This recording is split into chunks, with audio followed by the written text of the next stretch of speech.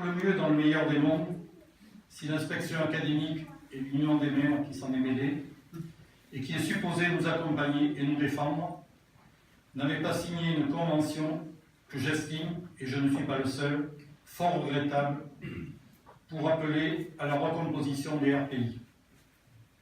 Il n'en fallait pas plus pour que les bruits les plus fantaisistes de rapprochement des RPI circulent.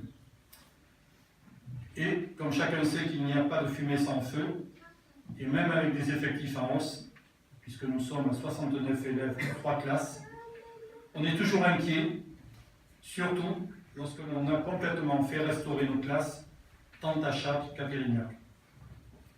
C'est un nouveau problème dont nous reparlerons inévitablement tôt ou tard, et le fait qu'il concerne toute l'organisation du territoire départemental ne nous met pas à l'abri, même si nos effectifs nous incitent à l'optimisme. La qualité de vie à Pérignac, c'est aussi et surtout l'animation autour de nos commerces de centre-bourg, qui nous permettent de trouver l'essentiel de ce dont nous avons besoin sans nous déplacer, et ça n'a pas de prix. Je vous recommande, comme je le fais tous les ans et je n'insisterai jamais assez, à nouveau, l'alimentation générale, tabac, poste en un même lieu, tenue par Laetitia, la boulangerie, avec le pain de Pérignac, connu de fort loin, le restaurant-bar Le Taravellou, dont la renommée ne faiblit pas, bien au contraire, et on a pu le voir aujourd'hui, était fréquenté par les agents de la brigade autoroutière de la Vachellerie, et donc nous étions bien gardés à Pérignac. Et je n'oublierai pas non plus son collègue le Marquis. Je situerai également les ambulances AGC, dont les nouveaux exploitants gagnent à être connus, même si leur fréquentation n'est pas forcément signe de bonne santé. Dans le même registre, on a une grande variété dans le domaine de l'artisanat, autour de l'essentiel des métiers du bâtiment, et je vous les conseille également. Il y a une forme de chauvinisme dont on se vante, et nous n'avons pas honte d'avoir ce type de chauvinisme. Et enfin, pour terminer, dans le registre agricole, nous avons le GAEC des coteaux de Pérignac, avec leurs milliers de moutons et des poules labellisées que l'on ne présente plus et que la crise aviaire a épargné fort heureusement.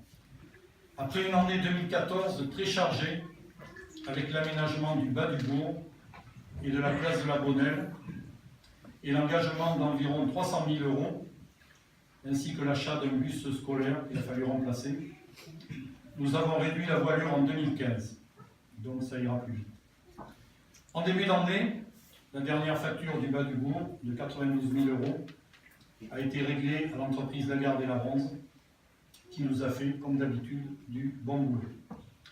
Puis, dans la foulée, il a dû être engagé le type de dépenses annuelles incontournables. Je veux parler de l'entretien régulier de la voirie, avec nos 21 km de voirie, et pour lesquels il est préférable d'en faire un peu tous les ans, pour ne pas être rapidement submergé. C'est ce que l'on a fait en 2015, avec environ 25 000 € sur les voies les plus abîmées, et il faudra recommencer ailleurs en 2016.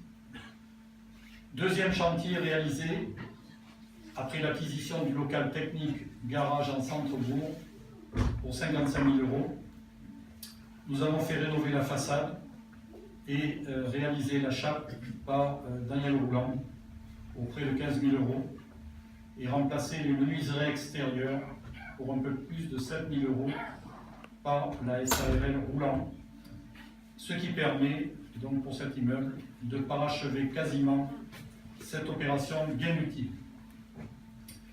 Le dernier chapitre qui nous coûte beaucoup à la commune, c'est l'entretien de nos nombreux bâtiments communaux. Les bâtiments administratifs, scolaires, religieux, associatifs, sportifs avec le gymnase ou locatifs. À savoir, nous avons 6 logements et les 3 commerces, le multiple rural, le camping et les ambulances, sans oublier quelques dépendances et lieux de stockage. Quand on fait les comptes, On se dit que d'être riche en matière de patrimoine immobilier, ça génère des frais d'entretien absolument considérables. Pour l'avenir, quelques travaux vont être entrepris en 2016, comme la restauration des vitraux de l'église, avec le soutien financier du Crédit Agricole.